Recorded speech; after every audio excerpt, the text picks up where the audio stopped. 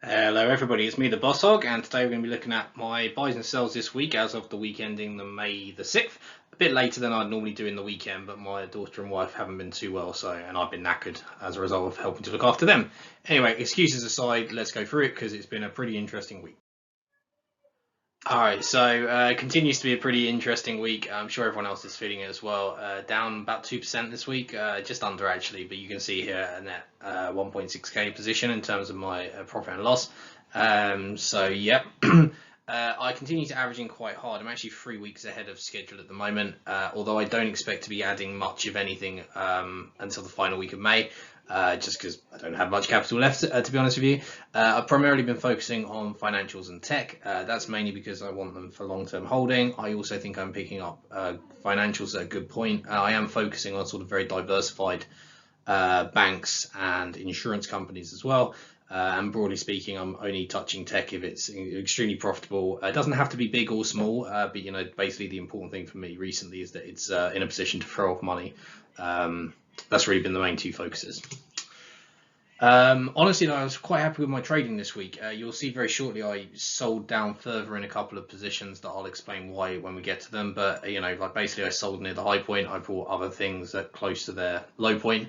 So even though I'm only looking at these in kind of the immediate aftermath to try and determine whether these are good trades or not, they felt pretty good, to be honest with you. Definitely eked out a little bit more money, or I guess reduced the loss compared to what it could have been. So yeah, I was actually very happy with the trading this week, and that's been a theme for the last couple of weeks at least. So that's nice, I suppose. No dividends this week as expected. I am expecting the next couple of months to be very good on dividends. That's mainly because it's sort of UK dividend season. Most UK shares pay twice a year rather than 4 times a year. It's quite rare, certainly outside of commodity plays, to have UK businesses paying 4 times a year. Most of them do an interim and a full, and typically speaking, it's about 1/3 to 2/3, and then the other, the other dividend will be the remainder. And they tend to be sort of May, June, and then September, October as their sort of payment months. So I'm looking forward to that because I've definitely got a couple of big ones incoming. Anyway, I've changed the order, so we're going to have a look at my buys and sells next before we round it off with my final 10, which is actually very different this week, but still, I'm going to make you wait for that because I know most people are more interested in the buys and sells, so let's have a look at those first. All right, so in terms of buys this week, it's quite a big list. I've pulled out 7 here that I just want to touch on fairly briefly. I'm going to start with JP Morgan. I mentioned about financials. I consider JP Morgan really well diversified. It's a massive company. It surprised me actually the first time I owned JP Morgan just how big they are. Their numbers I thought were okay that they published a few weeks ago now. Obviously, it's a bit of a proxy to the kind of wider financial health of things, so it's not really doing too well at the moment. And for me, it's a good chance just to buy. I think the share should be somewhere around the 150 mark. I haven't done any detailed analysis on this, to be fair. I did look at some YouTubers. They're sort of around that ballpark as well. So yeah, I'm reasonably happy to buy shares at this kind of point, sort of trust the process and go from there. Next up is Phoenix Group. Now, I now have a very large holding in this. We are now up to 1,500 shares. I still don't think it's particularly well understood as a company, even though it's now a pretty mainstay in the FTSE 100. We're looking at an 8.3% dividend. I think it's 20% undervalued. Historically, it's basically eked out money by being an aggregator for life assurance policies, typically very low margin and very difficult to release value from. However, they've kind of achieved scale now, and they're sort of using their life assurance part to basically build their wealth management part, which is really sort of asset management, retirement planning, that kind of stuff as well. So, when I look at their latest results, actually now 60% of their earnings are in their newer business, and they've really sort of hit a great point, in my opinion, of where they're kind of using their life assurance float to kind of be able to do a lot of things in terms of their investment activities. I really like their earnings overview that they did for their year end. Numbers are ahead of expectations and look good.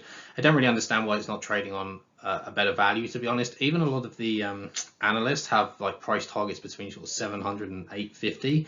I have a 720 price for this company, so like I say, just being able to buy this at £6 feels really great. Again, even if I'm wrong on my undervalued, I'm getting an 8% dividend company here, which is incredibly safe because of the business model, and 8% is my long-term target. So it just seems like a very sensible place to be putting my money. Also, as well as kind of the thumbnail hinted on, my wife's going to be joining a private equity company in a few months, which means we have some restrictions in terms of what I can trade. And so it just means I'll be able to trade. I'll have to be more careful how I'm trading. I basically have to submit to them like a quarterly, this is what my portfolio is, this is what I'm going to be doing. And I can't really respond very quickly. So I'm sort of like gradually drifting out of shares that seem like recovery stocks or that could be impacted if, COVID comes around again, or there's another war, or etc., etc. And this just feels like a very safe place to put my money. It's difficult for me to imagine a world in which people don't want insurance and the rest of it. So it just seems like a very safe place to put my money that gives me that 8% dividend yield as well. And like I say, we shouldn't need to make too many changes too quickly for it. Next up, we've got Gamma. I've been saying for about 3 weeks I need to make a video on this. I did review their last earnings update. I thought they were solid. They rarely surprise do Gamma. Likewise, again, their earnings are up 25%. Very consistent in this regard, but the share price has just been on a slide for a year now. I'm just averaging down. I'm still pretty red on this. I'm not going to lie. My average is at least in the £15 now, but we're pretty red. However, I just think this is a really great entry. I mean, I'm looking at like a 14p in the current year. That's just based on sort of, again, another 25% earnings increase. It's never traded this low beforehand. I think it's your stereotypical growth dividend play. It's sort of, they're committed to a progressive dividend policy. And I would also say, if anything, the business has become better, not worse, compared to the 5-year averages. It's got a very good now foundation. It's selling in areas that are going to be doing well for either technological changes or regulatory changes. It's just well positioned in a number of ways. And actually this week Gamma became my largest holding. So no surprises, that was the plan this year. And for me, it's an absolutely screaming buy at the moment. So I'm going to continue to buy basically. I decided to get back in on the REIT space with MPW here, Medical Properties Trust. I originally actually picked up a fair chunk of these under 18, but averaged up a little bit more. So there's a brand new position, actually 100 shares. I sold out of my previously largest holding to fund this, or, sorry, didn't sell out, sold down. I consider it a good holding in the REIT space. I know there is some concern about holding REITs at the moment. They're going to be impacted if base rates suddenly shoot up. But MPW's got an incredibly good balance sheet. Its contracts are with very large, financially stable players who are able to pass on their cost increases as well. And their contracts are basically triple locks. So they're well insulated against any increases in inflation or difficult trading circumstances or anything like that. When I picked these up, I got a P and FFO of under 17 and a dividend yield in the 6%, which again, I mean, that just sounds great really, but it's not like there's a concern as far as I can see with this business. And to be honest with you, I'm actually considering increasing my stake further as long as it's under $19. So I probably will be adding to this over the next few weeks. Again, I consider this a really safe long-term holding in the REIT space. I wish I'd been braver on Amcor, to be honest with you. I was on the Amcor results call. I actually really enjoy the Amcor results call. I think they give you a decent level of information in a very clean, non-wordy presentation. There's only ever the CEO and the CFO on it. It was good. Q1 is way ahead of expectations. The only dark cloud is the fact that Q2 is impacted by the Shanghai lockdown. They were a little bit cagey, but eventually analysts managed to tweak out that Shanghai is responsible for about 15% of their earnings. So obviously, if it carries on longer, it's going to have more of an impact. Ultimately, they expect it to be up and running again halfway through Q2. My thinking here is that, I basically ran some numbers, and even if Q2 is like depressed by sort of 25%, so putting in some extra room there, if Q3 and Q4 have a similar overperformance compared to Q1, I'm basically getting a company with a P of 6 in the semiconductor space. It's already profitable, it's already achieving scale, and this to me was just a clear buy. So I bought another 74 shares at 18.41. Really happy with that, to be honest with you. I continue to average down. I'm under $22 now. I think I'm 21.80 or so. Yeah, I wish I'd been slightly braver because I think this is a great long-term play for me personally. I think it's kind of under the radar. No one talks about it in the semi space. And I do think there are a lot of opportunities at the moment in the semi space, to be clear. But I'm kind of backing my horse at the moment and my instincts here. And, the share price went up $1 when I think like the initial reaction of a potentially disappointing Q2 that's flat against last year. Was kind of worked through, and you still realize that this is a company on track to have another record year. So that's, again, for me, it was a clear buy. And last here, I just kind of wanted to explain why I have two Google shares because it looks really weird. So my policy, as you'll kind of see in a moment when we get to my sells, is I don't really like having multiple of the same company in my portfolios, right? I put different companies there. And I had a plan this financial year, so starting from April, to basically average into Google, specifically Google Class C. So, that's basically a very slow process, just buying every week or every month a certain amount. However, what then happened was after Google had their huge fall, right, I basically decided to sell some shares in, I can't remember what I sold it in, I think it might have been Hollywood Bowl. So a relatively large company, but yeah, basically to free up like enough shares to buy a whole Google share. In another portfolio, but so I didn't have exactly the same share in two portfolios. I basically picked Class A instead. So effectively here what you're looking at is Class A is my sort of opportunistic buys, and then Class C is my averaging in. So it'll be interesting to see how this compares. I suppose it's also a bit of a test for me in terms of whether the DCA approach or whether I can kind of outperform on a dollar cost average. My dollar cost average at the moment is under 2,300, so that feels really good for Google.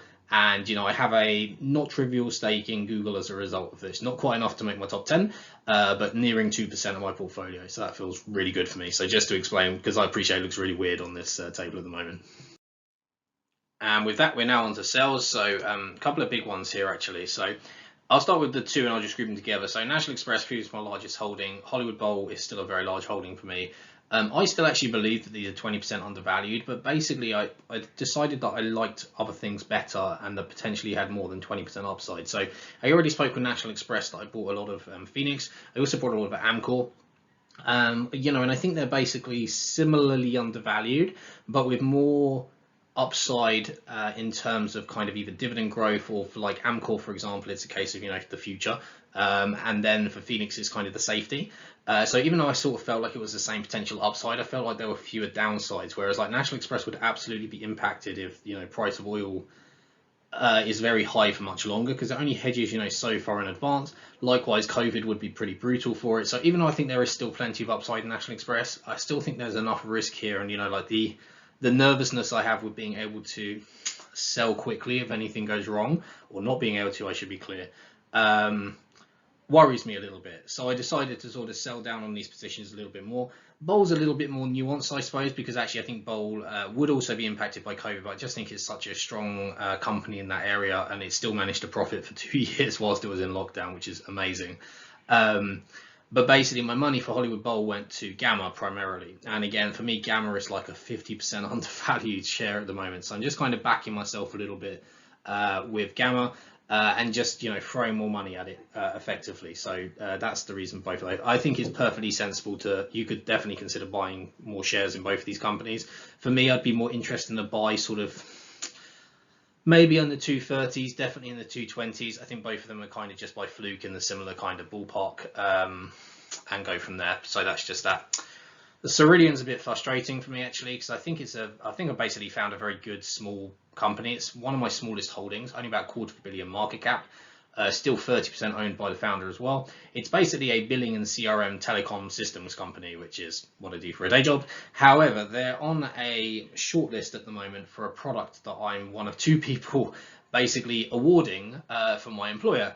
And even though I've declared this at work and, I didn't have to sell immediately, I'd already had the conversations where it's more or less like, you only have to sell if we do eventually go with this company. I felt like it was important for me to be able to act clearly in terms of deciding which company we do actually end up going with. It's only a handful of companies that are through here, and Ceridian's pretty strong, and that's why, I had holding in them as well, because I think it's a good product and it's been built well.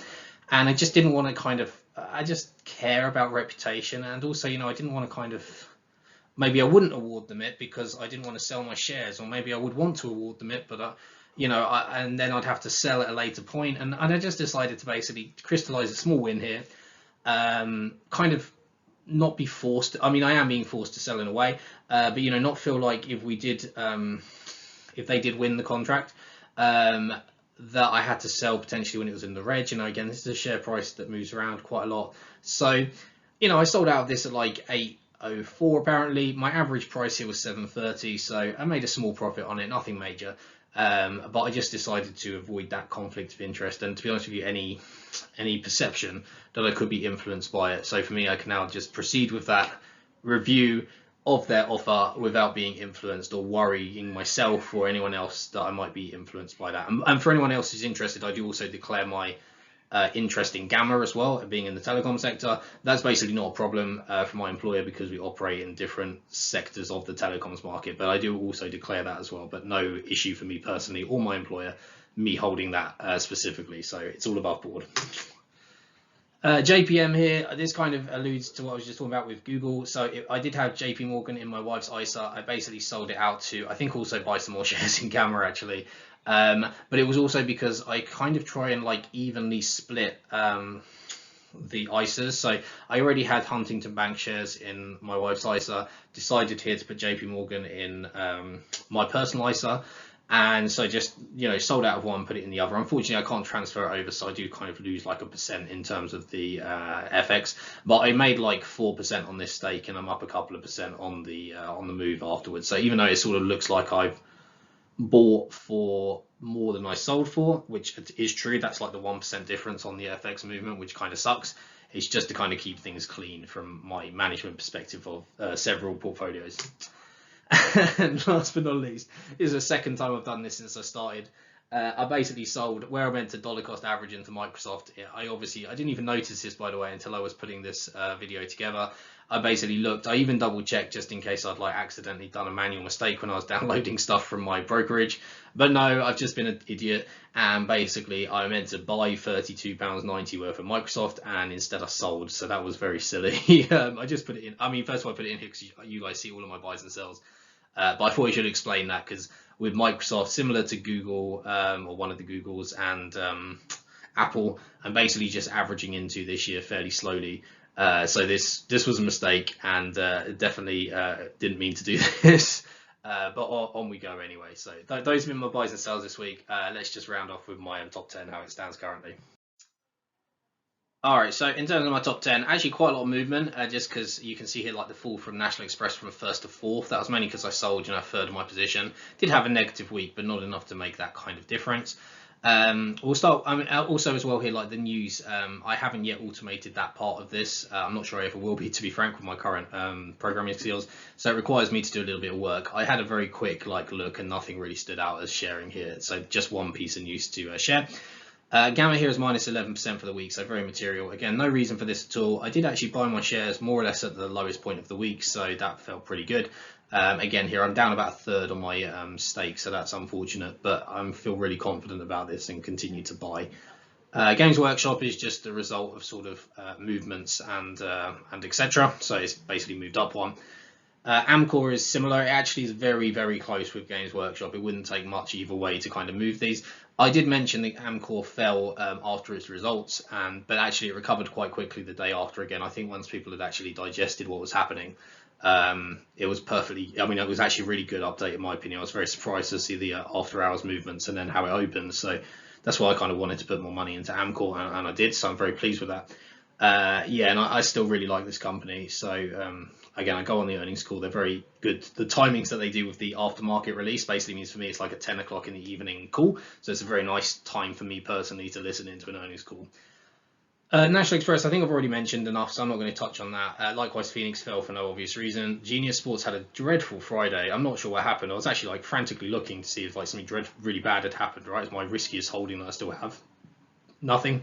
So we just continue to hope that eventually this rebounds. Again, I went on an earnings call, an investor day in January, their first one, thought it was solid, so I'm kind of committed now. They do have an earnings call toward the end of this month, I think it is. So we'll be having a look at that when it happens, and hopefully that will show their progress to profitability, which we shall see. Hollywood Bowl, no movement. Huntington had an okay week. Yeah, no, Walt Disney and Salesforce, so just switched around a little bit, basically. I did buy a little bit of both, but more Disney, and it had, I think, a slightly better week. Yeah, slightly better week. but not a ton of movement there, so you can kind of see. And just as a reminder, I sold out of T-Row and Fever toward the end of April, or just to correct myself there, I sold down on T-Row at the end of April, but actually have been buying back at the current price. Fever Tree I did sell out of entirely, and it looks like it was quite good timing because actually it's fallen back quite sharply. As a reminder for anyone who hasn't seen my dedicated Fever Tree video, I would be looking to buy back into Fever Tree at about 15.50 and certainly under 15. I think at that point you then have enough safety margin and enough of a solid business to justify the buy. I decided that to sell because of the high execution risks, even though I think there's potentially a lot of upside. So it may well be that I get back into Fever Tree, depending on what happens. And again, if I have to sort of dodge any more bullets in terms of conflicts or not being able to trade as free as I'd like. So let's see anyway. All that aside, a pretty interesting week. Sorry this is so late. Hopefully it's still interesting. I've been the Boss Hog. Thanks very much for watching, everyone, and good luck for your investing. Bye for now.